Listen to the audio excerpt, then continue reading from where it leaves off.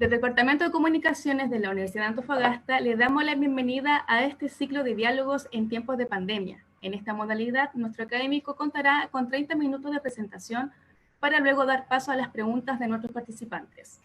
La charla de hoy se denomina Salud Mental en tiempos de COVID-19, la segunda pandemia, dictada por el psiquiatra Luis Barra Ahumada, médico cirujano de la Universidad de Chile, especialista en psiquiatría de adultos, máster de la Universidad de Barcelona, actualmente director del Departamento de Ciencias Médicas de la Universidad de Antofagasta. La epidemia del COVID-19 se asocia con el desarrollo de mayores niveles de ansiedad, depresión, angustia, trastornos del sueño y suicidios. Todo esto asociado al estrés del distanciamiento social, problemas económicos, miedo al contagio y la pérdida de seres queridos. Uno de los grandes desafíos que enfrentamos es mantenernos sanos en este escenario. Los indicadores de salud mental en la Encuesta Nacional de Salud del año 2016-2017, liberados al público el año 2019, nos muestran que la población chilena presenta niveles altos de depresión, uso de sustancias de abuso y de suicidios. Además, diferentes estudios a nivel mundial durante la etapa inicial de la epidemia de COVID-19 demostraron que cerca del 55% de los encuestados calificaron el impacto psicológico del brote como moderado o severo, y un 30% reportó síntomas de ansiedad de moderados a severos. El panorama de los trabajadores de salud que trabajaron con pacientes con COVID-19, el 50% informó depresión, un 45% ansiedad, 35% insomnio y un 70% angustia. ¿Qué pasará en Chile? ¿Cómo podemos aplanar la curva de la ansiedad y la depresión post-COVID-19? Para responder a estas interrogantes, le damos la bienvenida al doctor Luis Barra Ahumada. Hola, buenas tardes a todos y a todas. Para mí un agrado poder participar en este espacio que nos brinda la universidad para encontrarnos con la comunidad, poder cumplir parte de nuestra misión institucional que tiene que ver con la vinculación con el medio y ser un aporte al desarrollo de nuestra ciudad, de la región y del país.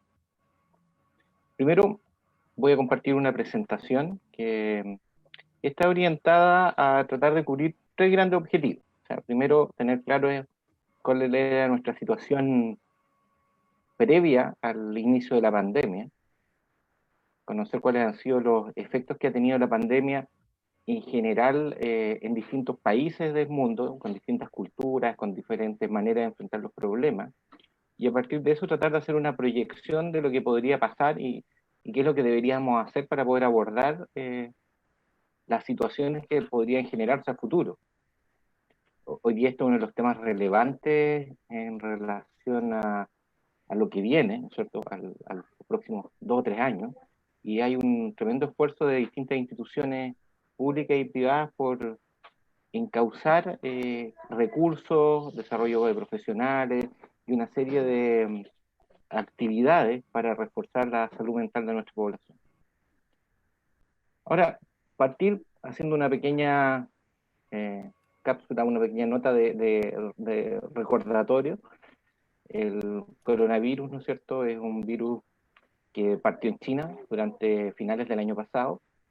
Los síntomas fundamentalmente son respiratorios. Tiene como complicación el desarrollo más o menos rápido de una serie de complicaciones, fundamentalmente de tipo respiratorio, que evoluciona hacia un tipo de neumonía que es bastante agresiva y es altamente contagioso. Si bien es cierto, sus tasas de mortalidad no son mayores que las que pudiese tener los virus influenza, sí está claro que el nivel de contagio que tiene hace que sea extremadamente transmisible y que genere un importante riesgo para la población.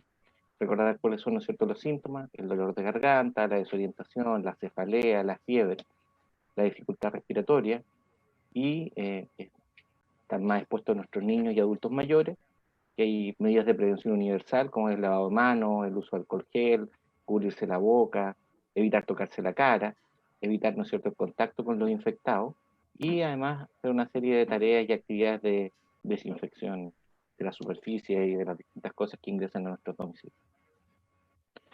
En Chile, hoy día tenemos un total de 335.000 infectados, de los cuales 13.000 y fracciones están en la segunda región, 5.800 corresponden a la ciudad de Antofagasta, y tenemos la lamentable cifra de 94 fallecidos en nuestra ciudad y 293 en la región.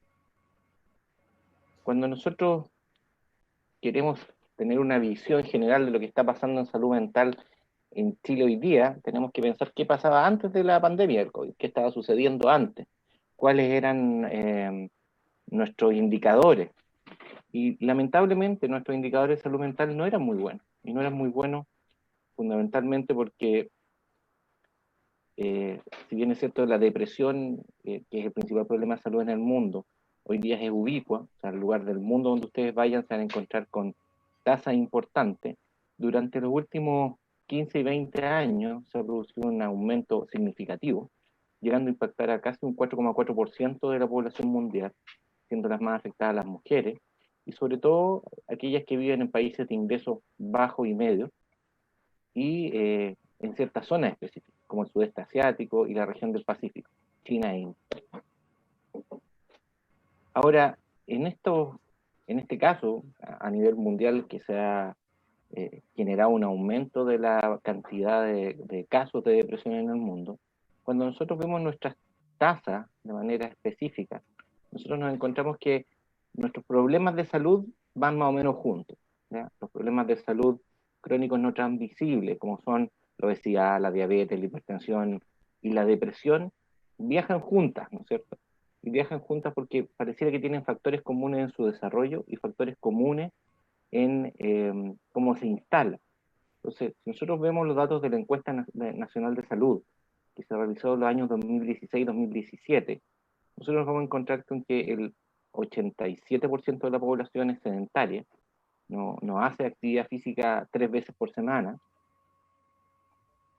y eso tiene un impacto directo en cuál es el estado nutricional. O sea, la gran mayoría de la población, estamos hablando del 70% de la población hoy día, ¿no es cierto?, registra sobrepeso, obesidad u obesidad mórbida, con todas las complicaciones de salud que eso significa: hipertensión, diabetes, artrosis, sobre todo de rodilla o de cadera, etc. Y, y esto va ligado a otros problemas de salud, como yo les comentaba, como son la depresión. Chile tiene una tasa de depresión que va alrededor, en global, al 6,2%, pero que si nosotros lo separamos, tiene una marcada agregación por género, ¿cierto? 10,1 en las mujeres y 2,1 en los hombres, donde se concentra sobre todo en los años reproductivos de la mujer, ¿cierto? Y que esto se asocia con alta frecuencia a ideación suicida. Uno de los grandes problemas de la salud mental a nivel mundial es el suicidio. Anualmente fallecen aproximadamente 1 millón de personas en el mundo por suicidio. O sea, piensen que hoy día en el COVID todavía no alcanzamos 1 millón de personas fallecidas en el mundo. Y en un año normal por suicidio fallece 1 millón de personas. De los países de la OCDE, de este grupo selecto al que nos hemos tratado de incorporar, donde hay distintos países con una serie de estándares e indicadores de salud, cerca de cerca del 1 o 2% de la población ha tenido en algún momento ideación suicida o ha realizado algún intento. Y Chile, junto con Corea, junto con Pakistán, son de los países que durante los últimos 10 años han tenido un disparo en lo que es suicidalidad. Entonces, hoy día, y estoy hablando de esto, hoy día antes del COVID era un gran problema, y después del COVID pareciera que va a seguir siendo un problema aún mayor.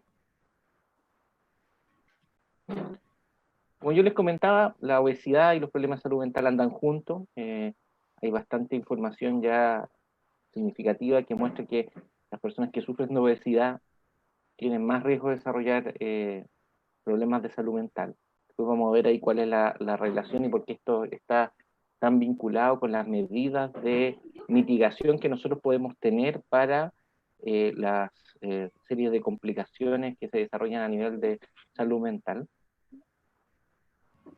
Hoy en día, nosotros, si queremos mirar los problemas de salud mental dentro de la región tendremos que enfocarnos en tres grandes grupos. Uno son los trastornos del ánimo y la ansiedad, los trastornos por consumo de alcohol y droga y la suicidalidad y las lesiones autoinfligidas. O sea, lo mismo que pasa a nivel mundial, que pasa a nivel país, también se repita, ¿no es cierto?, dentro de la región. En la región de Antofagasta, ¿no es cierto?, tenemos una tasa de muerte por lesión autoinfligida que es de 7,91 habitantes, o sea, personas por 100.000 habitantes, concentrándose en algunas comunas, en especial como el caso de Calama, que tiene 11,72 casos por 100.000 habitantes. En el caso de Antofagasta tenemos casi 6 por 100.000 habitantes, siendo que el promedio nacional o la media nacional es de 10,2 por 100.000 habitantes. Ahora, estas son tasas que están, como yo les comentaba recién, disparadas del resto de los países de la OCDE. Junto con la suicidalidad tenemos los problemas asociados al consumo de sustancias. En la población general adulta nosotros tenemos casi un 4% de consumo de riesgo de alcohol, que significa un consumo que termina siendo perjudicial en alguna medida. Un 2,4% de adultos consumen marihuana o consumieron marihuana durante el último mes y un 0,1% consumió cocaína. Ahora, cuando nosotros vamos a la población escolar, estos indicadores se hacen dramáticos, ¿cierto? Nosotros, si en población escolar vamos a consultar, cerca de un 30% de los escolares durante el último mes habían consumido alcohol, cerca del 16% había fumado marihuana durante el último mes, 3,3% cocaína durante el último año, y siendo las drogas de abuso con el inicio más precoz el alcohol y la marihuana. El pic de inicio está alrededor de los 15 años. ¿Sí? O sea, pareciera que son nuestros adolescentes los que están más expuestos a iniciarse en estas conductas de riesgo. Por lo tanto, como ustedes pueden ver, el escenario en salud mental, todo esto antes del COVID, no era muy bueno. Ahora, ¿qué pasó en otros países a partir, ¿no es cierto?, de la pandemia del COVID en sus indicadores de salud mental? Primero, echemos una mirada de qué es lo que ha pasado con la cantidad de contagiados y de fallecidos. Como ustedes pueden ver que la distribución es bien distinta. Ustedes ven, por ejemplo, en Estados Unidos tenemos alrededor de casi 3 millones de contagiados con 140.000 fallecidos. En Europa, toda la Europa occidental, estamos hablando casi 3 millones de contagiados y 200.000 fallecidos. Y en el sudeste asiático tenemos 1,5 millones de contagiados y 36.000 fallecidos. Si vemos en China, donde partió el brote, hay cerca de 85.000 contagiados y 4.000 fallecidos. Ahora, uno se pregunta cuál es la veracidad de todos estos datos, porque a uno le parece como llamativo que en Europa y en Estados Unidos hayan tasas de contagio y de fallecidos tan inferiores a los que hay, por ejemplo, en China. Y ahí uno tiene que hacer una observación. Si bien es cierto, China es un país grande y probablemente su nivel de testeo tampoco es de los más altos, pero ellos ya venían con una experiencia previa que era la experiencia del SARS del año 2016-2017, por lo tanto ellos tenían una serie de medidas de control ya establecidas que la mayoría de los países del mundo no teníamos establecido. Y si vamos a mirar hoy día a nuestros vecinos, probablemente nuestras cifras están más cercanas a las de Perú. Perú, ¿no es cierto?, tiene cerca de 360.000 contagiados con 13.000 fallecidos. Nosotros tenemos 350.000 con 8.600 fallecidos, con poblaciones muy distintas. Recuerden que Perú es el doble de la población de Chile. Y en Brasil, que se nos dispara en el continente, tenemos cerca de 2 millones de contagiados y cerca de 81.000 fallecidos. Como ustedes pueden ver, o sea, esto ha golpeado de manera más o menos pareja en todo el mundo. Y ha golpeado a la sociedad. O sea, vamos a hablar de, hay sociólogos que hoy día hablan de una sociedad pre-COVID y post-COVID. O sea, cómo han ocurrido ciertos cambios en nuestro estilo de vida. Estamos hablando del estilo de vida occidental, de lo que hacemos, de cómo llevamos a los niños al colegio, de lo que les enseñamos, de cuál es el valor que le asignamos a las cosas, de la educación que vamos a entregar a futuro, que cambió de manera drástica. Y esto en gran medida movilizado por una crisis social y económica significativa y por un bombardeo de información que nos llega por distintos canales. Nadie podría dudar que hoy día estamos viviendo un mundo muy distinto que el que vivíamos hasta hace solamente 6, 7 u 8 meses atrás. Cuando nosotros vemos qué es lo que pasó en Asia a partir del COVID, en general en Asia se ha hecho bastante buena investigación. Cuando uno agarra Asia, Asia suelen dividirlo en dos grandes grupos, el sudeste asiático, ¿no es cierto?, y el Asia Pacífico, que incluye China y Japón.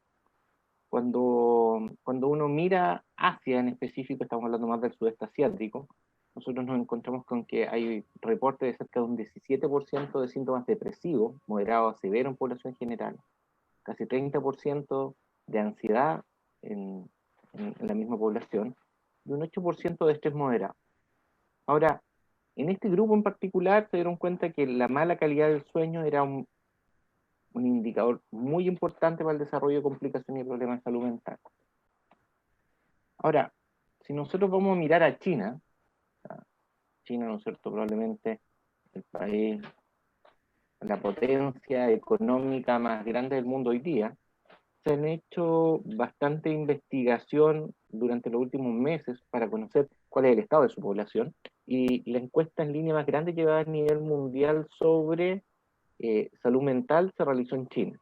Cerca de 50.000 personas contestaron, ¿no es cierto?, una encuesta, y se evidenció que 50% de la población refería a algún nivel de impacto psicológico. O sea, ¿qué significaba eso?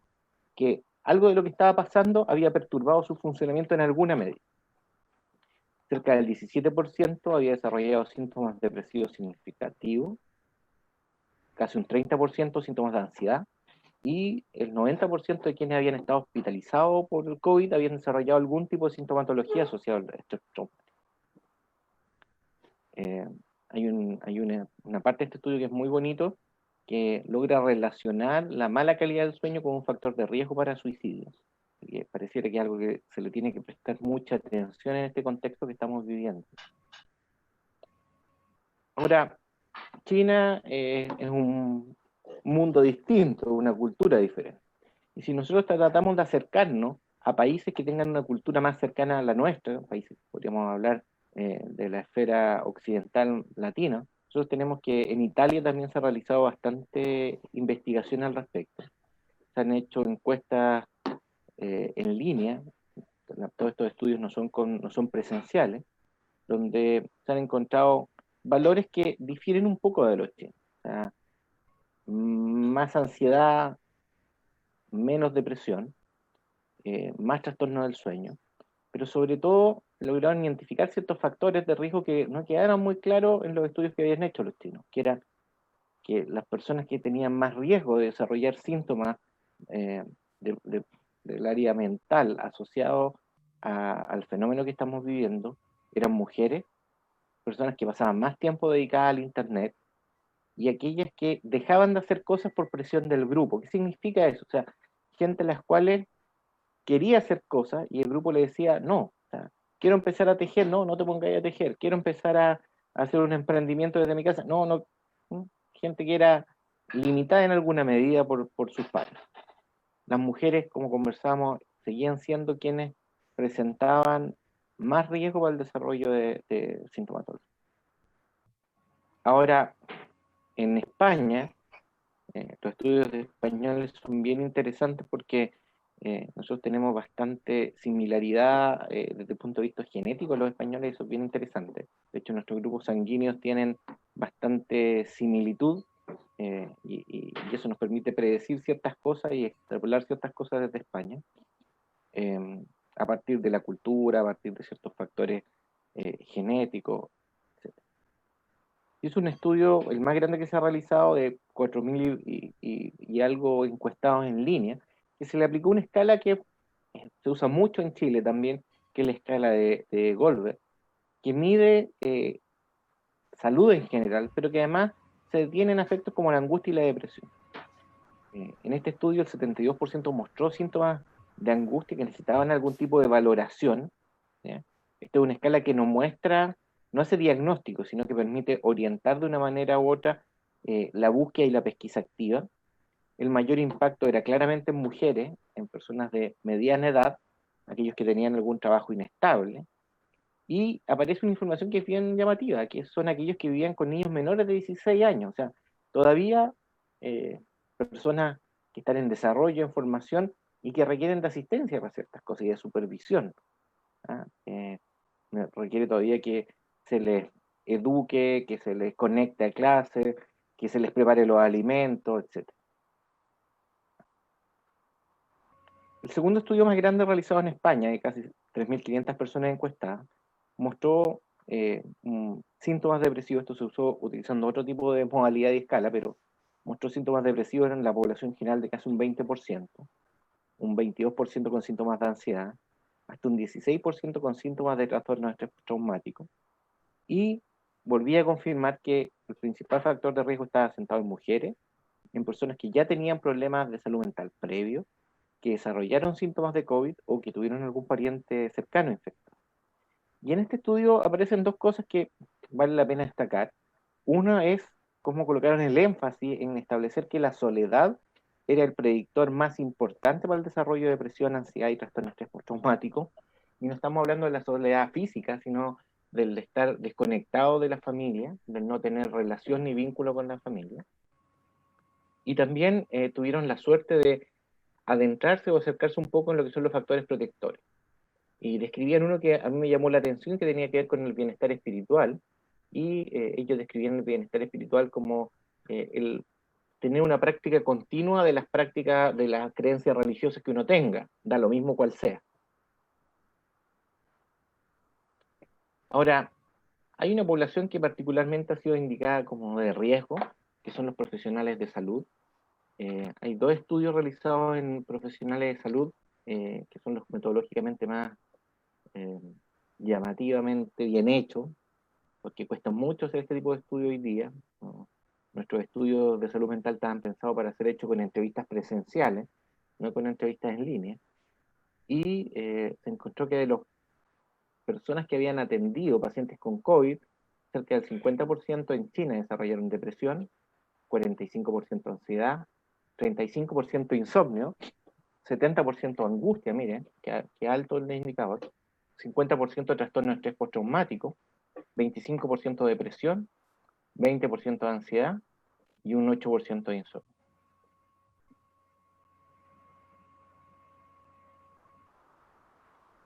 Por lo tanto, pareciera que todo este minuto nos indica de manera significativa que la pandemia y los efectos del encierro, de la cuarentena, de los problemas económicos, algo va generando. Ahora, ¿cómo esto nos va a impactar? Es algo que solamente podemos suponer. En este minuto en ejecución en Chile hay un par de estudios masivos que se están realizando, pero no tenemos datos duros como tienen los italianos, como tienen los chinos hoy día, para poder valorar lo que está ocurriendo. Muchos de los esfuerzos de salud se han concentrado en la atención directa de los pacientes y en la prevención. Por lo tanto, de manera lamentable, ciertas áreas de investigación se han dejado a lo mejor un poquito más descuidadas. Ahora, no hay que ser personal de salud, psiquiatra, psicólogo, para tener claro que todo lo que estamos viviendo empeora nuestra salud mental. El temor y la incertidumbre, ¿no es cierto?, frente al contagio, el aislamiento social, la exposición a las redes sociales, tanto a las noticias vinculadas con el COVID como a todas estas fake news, a la información, ¿no es cierto?, que llega por canales no oficiales, la muerte por la enfermedad de un ser querido, la pérdida de empleo, el estrés financiero que estamos viviendo y la deficiente red de apoyo social. O sea, yo creo que hoy día todos nos podemos poner de acuerdo en que Chile tiene grandes fortalezas como país, pero que nuestra red de protección social se puso a prueba con esto y pareciera que estamos apenas respondiendo de una manera adecuada. Ahora, todo lo que nosotros transmitimos en términos de vivencia psíquica tiene una traducción física. Y por eso yo les comparto esta lámina que muestra de manera muy intrincada el cómo el estrés altera el funcionamiento del cerebro, pero no solamente del cerebro, sino que de todo el organismo. Modifica la actividad de una serie, ¿no es cierto?, de glándulas, de hormonas, de sustancias que produce el cuerpo frente a la inflamación, y que eso va modificando el cómo nuestro cerebro y finalmente cómo nuestra conducta, nuestro sentir, nuestro vivir se desarrolla.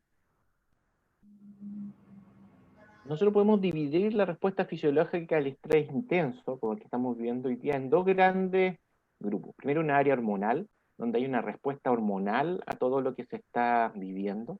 Cuando nosotros estamos sometidos a un estrés, nuestro cerebro produce una serie de hormonas que finalmente impactan en la glándula suprarrenal y producen, ¿no es cierto?, un aumento de la producción de cortisol, que es la hormona del estrés. Y por el otro lado, se produce una modificación de la respuesta inmunológica. Cuando nosotros estamos sometidos a un estrés intenso, también la actividad de células que regulan el sistema inmune y la producción de ciertas sustancias que se llaman citoquinas, genera un cambio en cómo nuestro cerebro funciona. Frente a una amenaza, ¿cierto? Ustedes ven este gráfico, en el cual nosotros tenemos ahí amenaza, vemos que se dispara la respuesta del cortisol, que es la respuesta primaria, hormonal, y después se va produciendo esta respuesta inflamatoria que tiene que estar mediada por las citoquinas. Las citoquinas, que son sustancias, ¿no es cierto?, desde el punto de vista químico muy heterogéneas, pero que tienen un rol muy importante en la regulación de la inflamación, ya sea la respuesta a las infecciones, a las lesiones, a la herida, etcétera, producen un cambio en el funcionamiento del cerebro. Y ese cambio en el funcionamiento del cerebro se caracteriza porque el estrés, el aumento del cortisol, de ciertas citoquinas proinflamatorias, ¿no es cierto?, la interleuquina 1, 6, el factor de necrosis tumoral, disminuye en nuestro cerebro la producción de una proteína que es muy importante, que se llama factor neurotrófico derivado del cerebro. Y eso finalmente lleva a una serie de cambios en cómo nuestro cerebro se regenera. Nuestro cerebro es un órgano absolutamente plástico, es capaz, ¿no es cierto?, de irse regenerando a una velocidad distinta a la de otros órganos. No es como el hígado. O sea, a cualquiera de nosotros nos sacan un tercio del hígado en 6 8 meses, nuestro hígado se regeneró, pero nuestro cerebro no. Tiene capacidad de regenerarse, pero una velocidad que es particular, es distinta. Y por lo tanto, son estos cambios que modifican esta tasa de regeneración del cerebro, lo que dan cuenta de una serie de cambios, y finalmente esos cambios en el cerebro se traducen en conducta. Ahora, cuando veíamos al comienzo de la presentación que la obesidad, el sedentarismo y otras patologías crónicas van junto con los trastornos de salud mental, es porque hay una relación directa desde el punto de vista neuroquímico. ¿Qué significa? Significa que la obesidad, el sedentarismo, el tabaquismo, los problemas de tránsito digestivo, se asocian a una mayor cantidad de producción de mediadores de la inflamación y por lo tanto predisponen al desarrollo de patología mental. O sea, hay una conexión que va más allá de lo psíquico.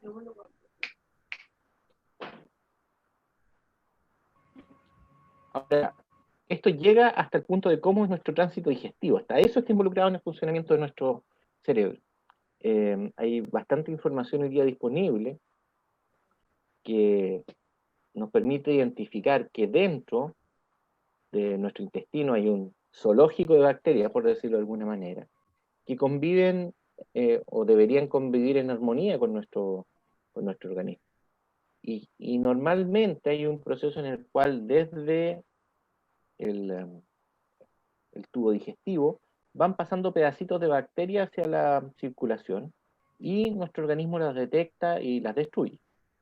Ahora, cuando nosotros tenemos un desbalance en nuestra flora intestinal, mala alimentación, poco ejercicio, poca agua, estrés, eso se asocia con mayor paso de estas bacterias o pedazos de bacterias a la circulación y un aumento de la actividad inflamatoria, lo que también termina impactando negativamente al cerebro.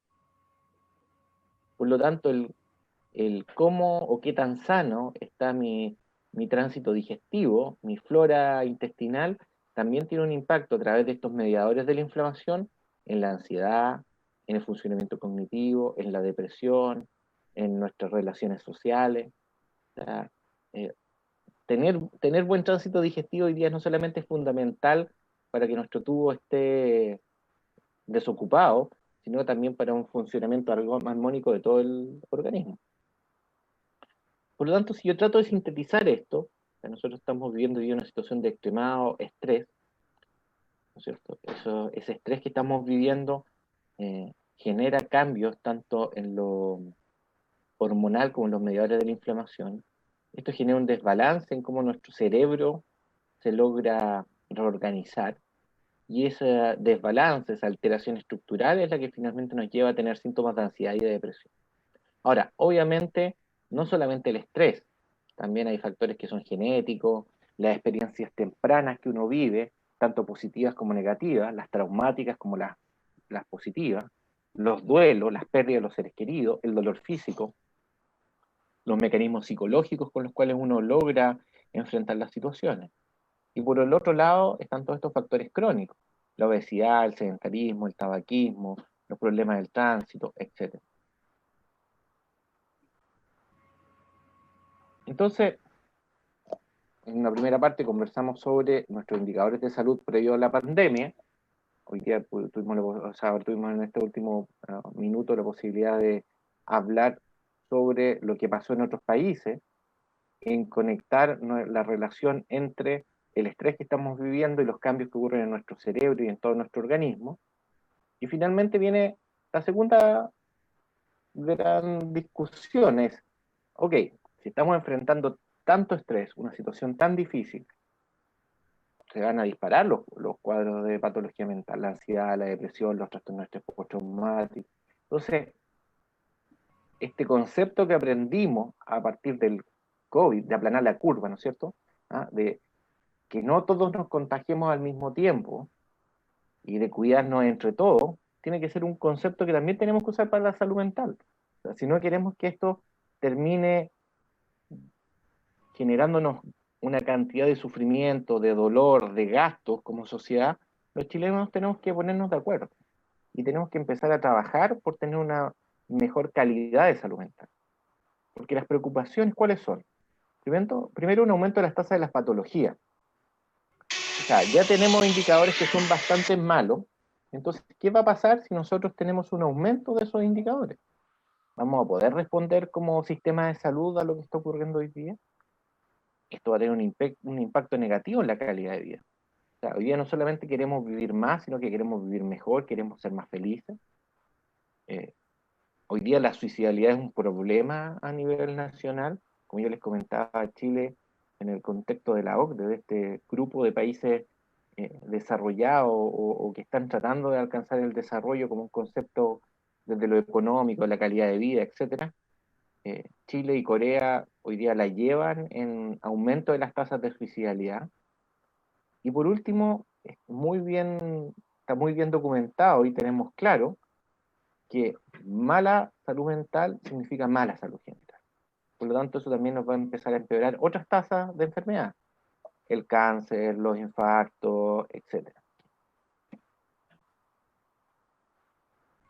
Por lo tanto, ¿cuáles deberían ser las estrategias hoy día? ¿Qué deberíamos tratar de hacer? Primero, así como nos hablaron hasta el cansancio con la pandemia, de que había una responsabilidad individual de cada uno de nosotros hacia el colectivo, de cuidarse, de ser responsable, de no contagiar a otros, en salud mental es lo mismo. O sea, primero tenemos que aprender a desarrollar una responsabilidad individual.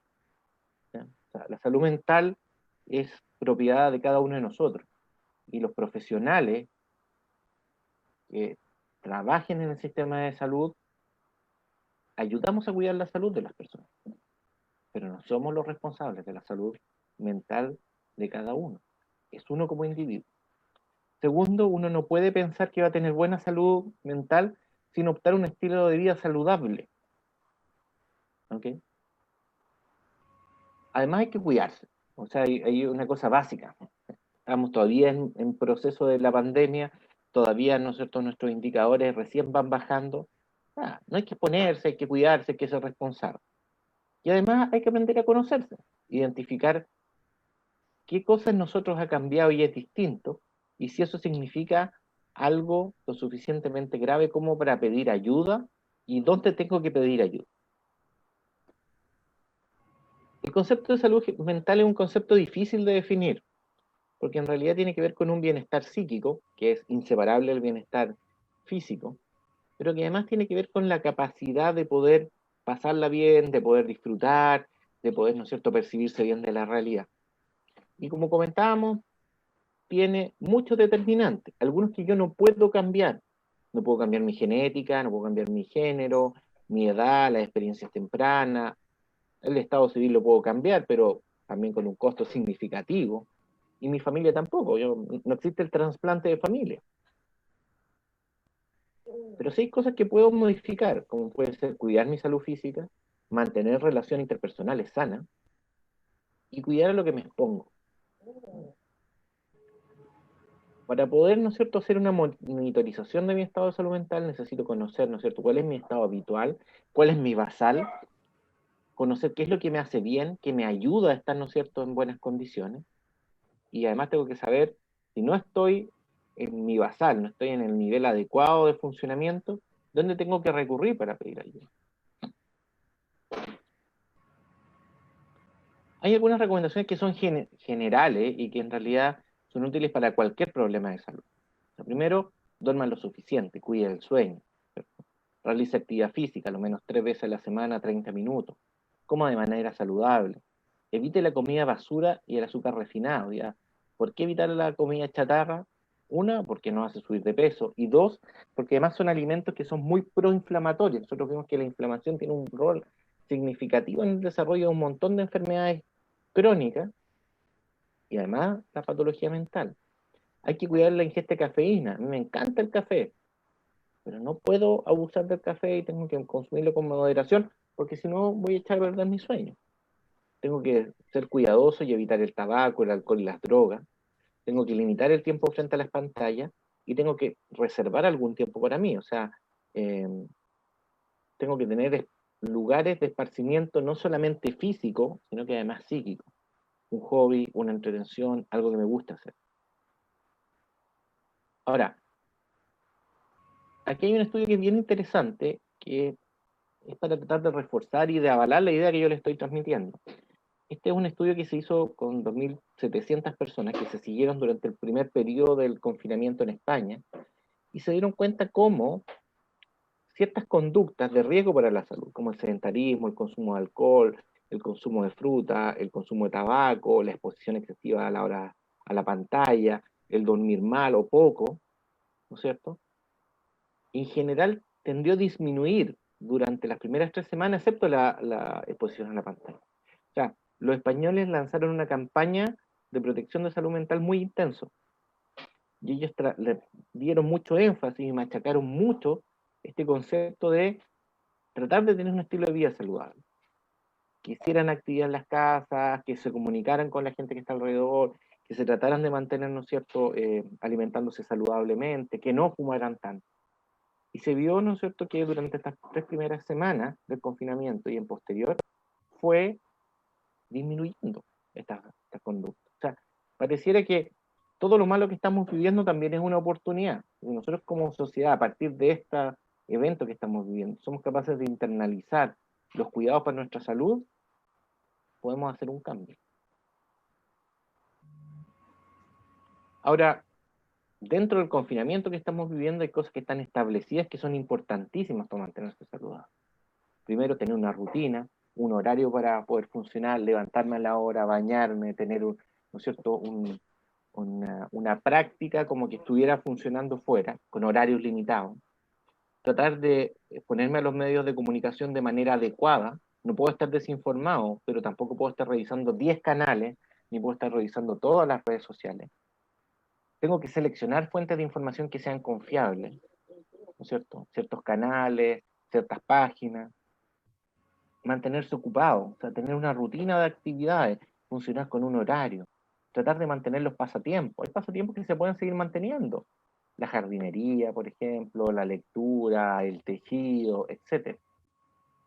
El concentrarse en pensamientos positivos, algo que puede sonar así como muy sui generis, ¿ah? Muy casi tipo hippie, tiene un tremendo valor. Hoy día la psicología positiva, ¿no es cierto?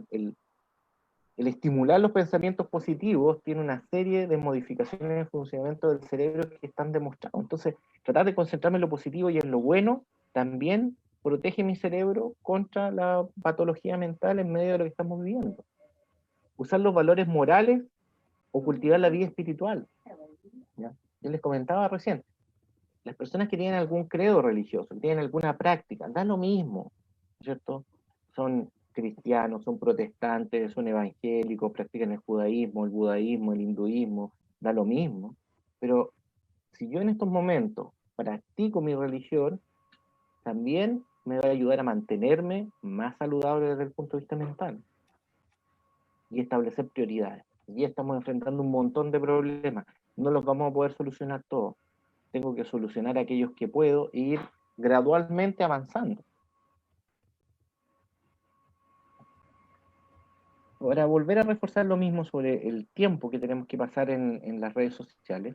Hay un estudio bien interesante que se llevó a cabo en China, donde se encuestaron cerca de 5.000 personas de 31 provincias y regiones autónomas de China, donde, como vimos al comienzo, había indicadores de depresión significativos, casi 50%, 22% de síntomas de ansiedad y depresión, 20% de síntomas de ansiedad, y las personas que tenían una exposición frecuente a las redes sociales tenían mayores tasas de ansiedad. Entonces, pareciera que regular la exposición a las redes sociales tiene un valor. ¿Qué es lo que veo y qué es lo que percibo y qué es lo que yo vivencio? Tiene un impacto directo en mi salud mental. Otros consejos tienen que ver con el conectarse con otras personas. O sea, las redes sociales pueden ser utilizadas de manera adecuada para establecer vínculos que sean significativos. Buscar tiempo diario para leer mail, mandar mensaje texto, llamar a las personas que son importantes para uno. Buscar hacer algo que sea positivo para otras personas. Otro de los hallazgos más significativos que se ha dado es que las personas que buscan una causa en que hacen cosas por otras personas también andan mejor en su salud mental. Prestar el apoyo a un familiar, a un amigo, a un ser querido, cambia el funcionamiento del cerebro y también estimula que nuestro cerebro esté en mejores condiciones. Ahora, ¿qué es normal y qué es lo anormal? ¿No es cierto? Decíamos, primero establecer una serie de conductas que sean saludables, pero además reconocer qué es lo normal y qué es lo anormal. ¿Ah? Yo por eso pongo un termómetro. O sea, cuando el termómetro marca 39, yo sé que estamos mal, algo tengo que hacer, pero en el funcionamiento psíquico no es tan así. Hay una reacción psicológica y física que es normal frente al estrés. Todos reaccionamos de manera diferente y hay una gran abanico de posibles eh, respuestas frente a una situación de alto estrés. Y, y en general la mayoría de nosotros estamos viviendo en alguna medida síntomas de ansiedad o de depresión. Ahora, ¿cuándo yo tengo que ir a pedir ayuda? O sea, ¿cuándo tengo que ya salir de esta serie de actividades que yo estoy tratando de instalar? ¿No es cierto? De tener una rutina, de cuidarme, de tener pensamiento positivo, de alimentarme sano, hacer ejercicio. Cuando ya estos síntomas se prolongan por mucho tiempo, en general más de 2 semanas con síntomas, ya uno debería alertarse. Más de 2 meses con síntomas, definitivamente uno ya debería consultar. Y sobre todo cuando estos síntomas empiezan a generar limitaciones, cuando ya no me puedo concentrar, cuando ya me cuesta mucho dormirme, cuando ya ando cansado todo el día, cuando ya mi nivel de tolerancia a mis hijos dentro de la casa llega a un punto en que ya no lo soporto, en que estoy deteriorando mis relaciones con las personas que viven conmigo.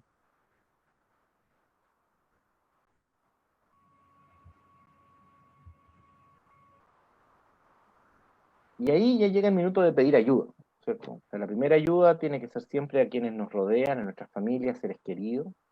Buscar la ayuda o el consejo de personas cercanas. Puede ser un líder espiritual, puede ser el pastor, puede ser el cura, puede ser el presbítero de la iglesia, puede ser, ¿no es cierto?, un profesor en la universidad, puede ser, ¿no es cierto?, el capitán del equipo de fútbol de donde yo juego. Y si ya con esa ayuda yo no logro funcionar, tengo que saltar a pedir ayuda a los profesionales, ¿no es cierto? Primero en la atención primaria o con los médicos de cabecera que cada uno tengamos, y después, ¿no es cierto?, ir pidiendo otro tipo de ayuda más especializada. Si uno lo ve como una escala de ayuda, uno siempre debería pedir primero asistencia de la amistad, a las amistades y a la familia. Después a los líderes religiosos, deportivos, compañeros de los bomberos, del club de fútbol, etcétera. Y de ahí saltar, ¿no es cierto?, a la atención primaria, ya sea en el sistema público, en un CEFAM, o con el médico de cabecera que cada uno de nosotros tengamos. O sea, que este es un concepto que tiene mucho realce hoy día. O sea, los problemas de salud mental no pueden ser atendidos solo por psicólogos o psiquiatras.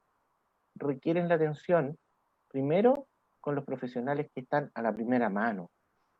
Y si corresponde y con las intervenciones que yo recibo en este nivel no logro salir adelante, ahí tengo que saltar, ¿no es cierto?, a recibir algún tipo de apoyo especializado.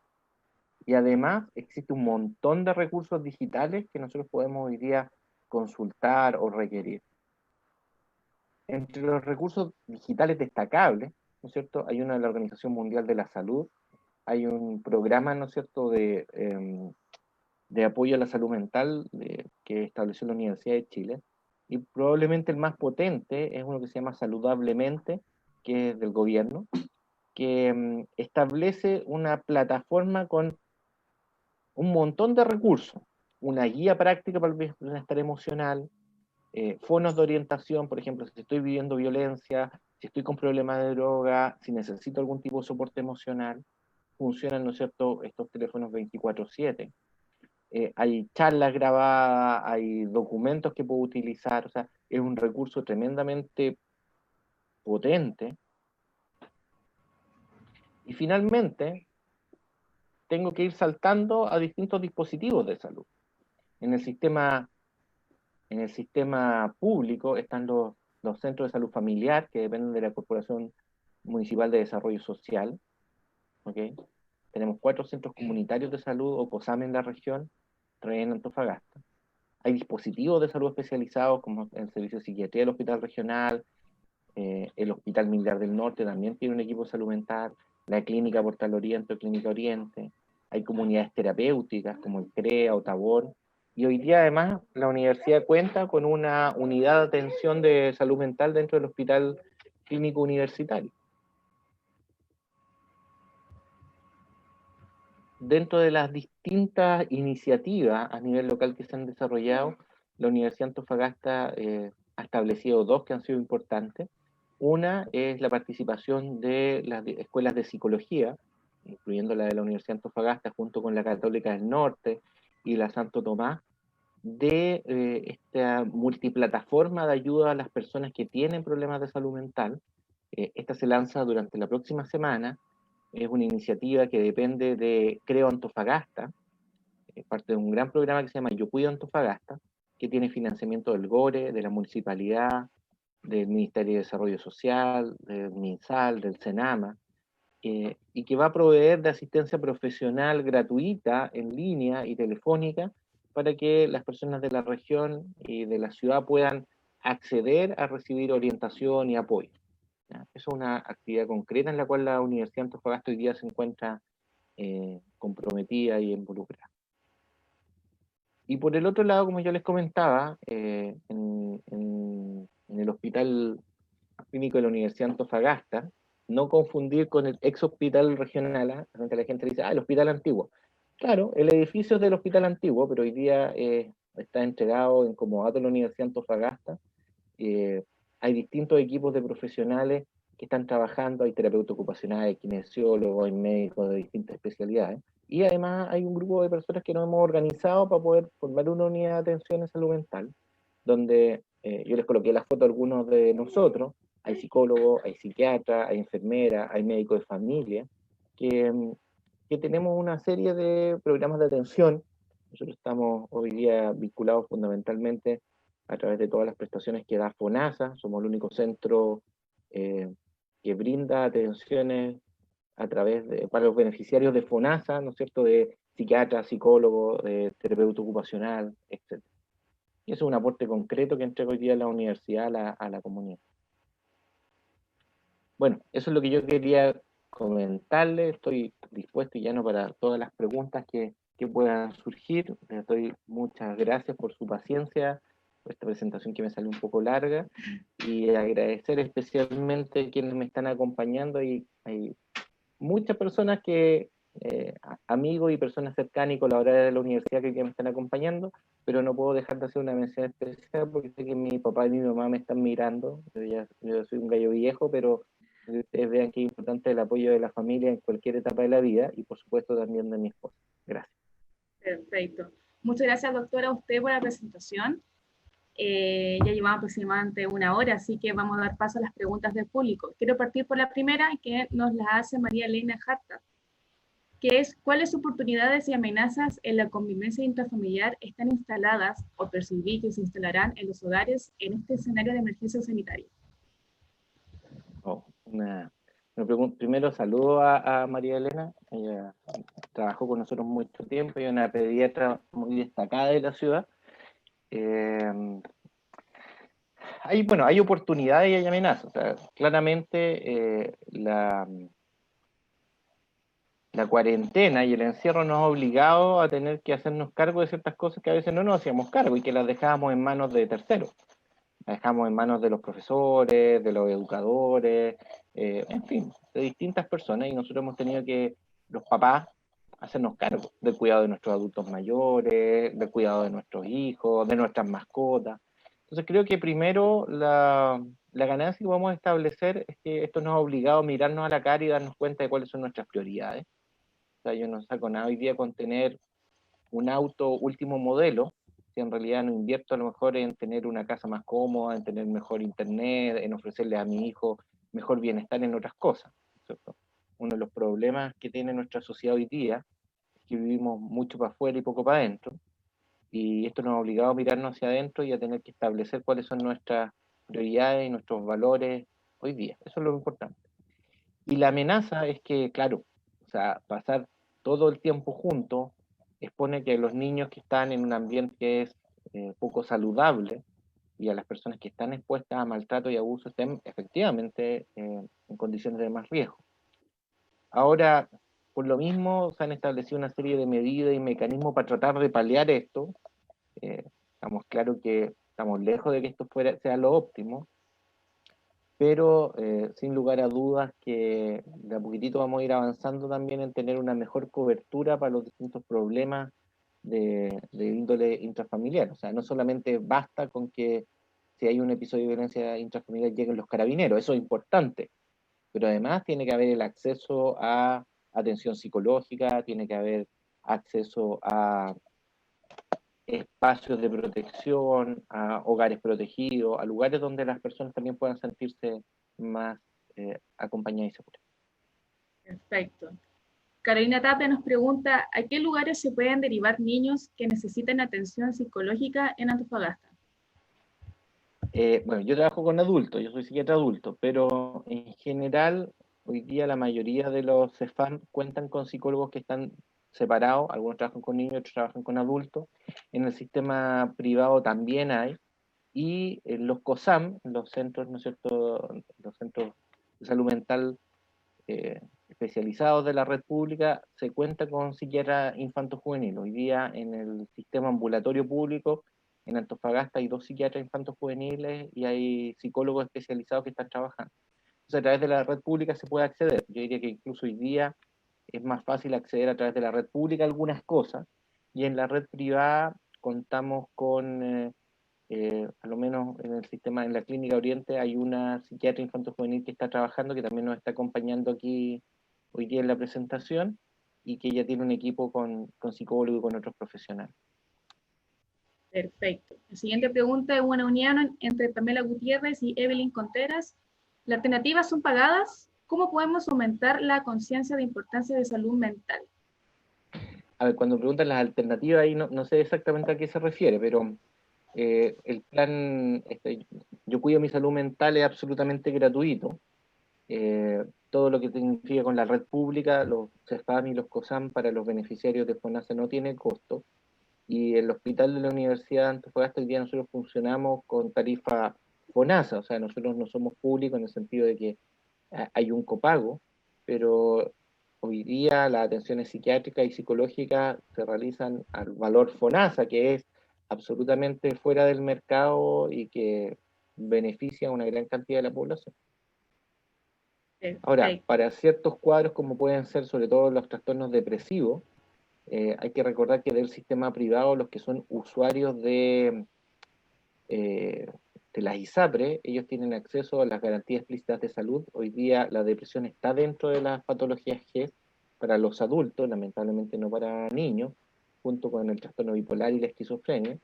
Y si ustedes son derivados desde sus médicos generales, acuérdense este concepto de médico de cabecera, el médico de familia, tienen una cobertura que es bastante buena. Entonces, hoy día están considerados y hay distintas estrategias para poder cubrir las atenciones de salud. Perfecto. Daniela Anaya pregunta, ¿cómo se ve el escenario educativo y salud mental dentro de la pandemia? Entiendo que es académico de la UA y creo que es importante tomar en cuenta este aspecto. Voy a parafrasear a una amiga mía que no sé si estará conectada o no, que ella siempre dice que encargó hace unos meses a AliExpress la bola de cristal y que todavía no le llega. Eh, Créanme que se me hace extremadamente difícil hacer cualquier tipo de predicción o de valoración de lo que va a pasar con el sistema educacional. Eh, Tanto en el sistema escolar, o sea, yo como usuario del sistema escolar, como padre, les puedo decir que estamos en una situación que se nos hace difícil, que no tengo claridad si esto nos pilló a todos desprevenidos y no tengo claro si vamos a poder lograr nuestros objetivos académicos con nuestros hijos para este año, no lo tengo claro. Espero que sí, pero no lo tengo claro. Tampoco tengo claro que se vaya a producir el reingreso de los estudiantes de la educación básica y media a la actividad académica, por lo menos en nuestra región, no con los valores o los indicadores de contagio que tenemos hoy día. Y en la educación superior, bueno, la educación superior hoy día estamos viviendo una de las crisis más importantes. Eh, esta pandemia nos mostró que en realidad no teníamos las capacidades que pensábamos que teníamos, primero.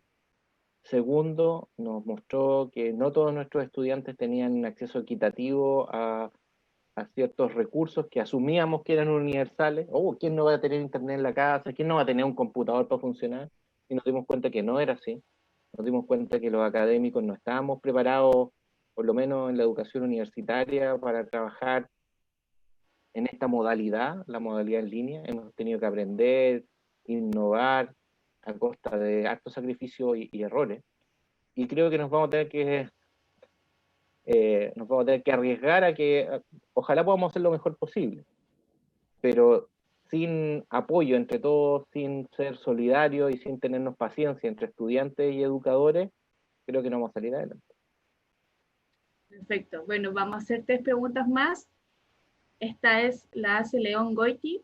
¿Cuáles son los principales factores que inciden en la adhesión a los tratamientos farmacológicos y no farmacológicos de los pacientes? ¿Se puede esperar algún efecto adicional por la situación epidemiológica actual? A ver, por lo menos en el área de salud mental se han valorado tres grandes factores. Uno tiene que ver con la educación. O sea, el paciente que se educa al respecto de su tratamiento es el paciente que tiene la mejor adherencia, entendiendo que el tratamiento farmacológico es una parte del tratamiento. O sea, el tratamiento farmacológico se acompaña, o debería, mejor dicho, complementar un cambio en el estilo de vida, la terapia psicológica.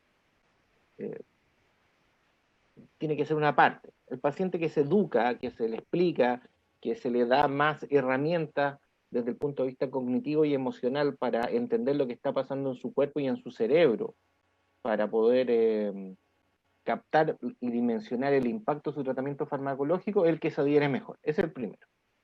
El segundo paciente, la segunda variable que hace que un paciente se adhiera al tratamiento farmacológico tiene que ver con la adherencia a los tratantes.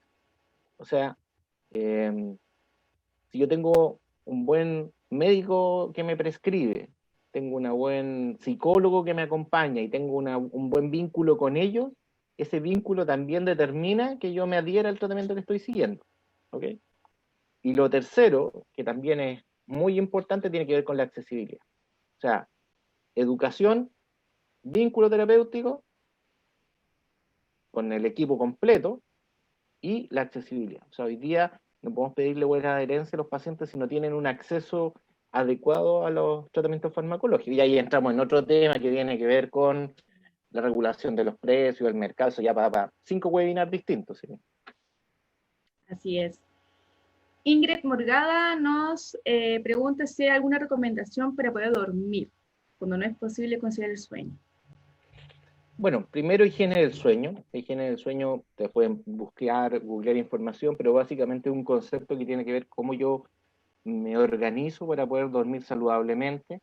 Eso significa que hay ciertas cosas básicas, limitar el consumo de sustancias estimulantes, las cosas que tienen cafeína, café, té, bebidas energéticas, bebidas cola, el chocolate. Recordad que el chocolate tiene una cantidad de cafeína que es significativo. Hay ciertos estimulantes que, si bien cierto, no van por la vía de las monoaminas, como el café o el té, pero no sé, pues ciertas comidas que son muy picantes, muy pesadas también, tengo que tratar de evitarlas, tengo que mantenerme bien en equilibrio, comer balanceadamente, evitar hacer actividad física después de las 7 de la tarde, limitar la cantidad de pantallas, por lo menos apagar el teléfono, el celular, la pantalla a la que yo esté expuesta, no menos de una hora antes de ir a acostarme, tener regularidad siempre el mismo horario, pieza ventilada, algo que nos cuesta mucho, no tener tele en la pieza. ¿No? O sea, es tremendamente difícil, porque pucha, ¿qué cosa más rica que estar acostado viendo una película? Y abrigadito me encima ahora que sí. Pero si yo saco la tele de la pieza, eso también sirve. Eh, la oscuridad total ayuda mucho a dormir mejor, tener las cortinas lo más tapadas posible, usar pijama. Uno diría, pero ¿cómo usar pijama? El pijama funciona como el traje de los buzos. ¿Ah? Ustedes saben que el traje de los buzos, ¿cómo funciona? Una goma, y esa goma genera una capa de aire de una temperatura estable. Entonces, si yo uso pijama que cubra el torso y por lo menos un poco de las piernas, y que quede más ceñido, eso mantiene y permite regular mejor la temperatura. Estos pijamas que uno usa, ¿no es cierto? El buzo antiguo, la camisa de dormir que anda volando. No, hay que tratar de usar un pijama, ojalá de material lo más natural posible, ceñido al cuerpo, ventilar bien la pieza, cambiar regularmente, ¿no es cierto?, la ropa de cama, ¿no es cierto?, la sábana. Todo eso sirve. No hacer ninguna comida después de las 7, 8 de la tarde. Perfecto. Llegamos con la última pregunta debido al tiempo. Esta nos hace María Dorkin Papic, que dice, ¿cómo ayudar a las personas mayores que viven solas y que día a día han ido aumentando más patologías físicas y psiquiátricas? Obesidad, sedentarismo, incontinencia, dolores óseos, articulares. ¿Cómo poder ayudarlos? Bueno, es un gran tema. Hoy día las décadas anteriores tenían que ver mucho con los niños y hoy día nuestra gran preocupación es que viene con nuestros adultos mayores. A ver, hay algunos indicadores o ciertas cosas que son importantes. La mejor calidad de vida de los adultos mayores desde el punto de vista psíquico está dado por la independencia y la autonomía. Y eso significa ayudarlos, atenderlos, pero no hacerle las cosas. Eso también es importante. La estimulación cognitiva, nuestros adultos mayores pueden aprender cosas, hay que estimularlos, hay que mantenerlo activo, hay que generarle rutina, hay que considerar dentro de la evaluación de salud, también considerar la parte cognitiva. Después de los 65 años pueden haber una serie de cambios y de problemas cognitivos, algunos de los cuales son reversibles con el manejo médico adecuado y otros con técnicas que son muy simples, pero que deben realizarse con cierta periodicidad. Y además lo otro tiene que ver con la accesibilidad. O sea, hoy día, en general, desde la arquitectura hasta los espacios de circulación, están poco pensados para los adultos mayores. O sea, si alguien se tiene que desplazar en una silla de ruedas o usar bastón, los espacios no están pensados. Entonces, uno, ir introduciendo el tema; dos, irnos preparando, porque todos vamos para allá, todos vamos a llegar y tenemos que ir invirtiendo en nuestra salud hoy día. Y tercero, es considerar que los adultos mayores, con muchas culturas, pero no nos pasa a nosotros, son una fuente de sabiduría y de experiencia tremenda, y hay que valorarlos. O sea, un adulto mayor es un aporte y no es una carga.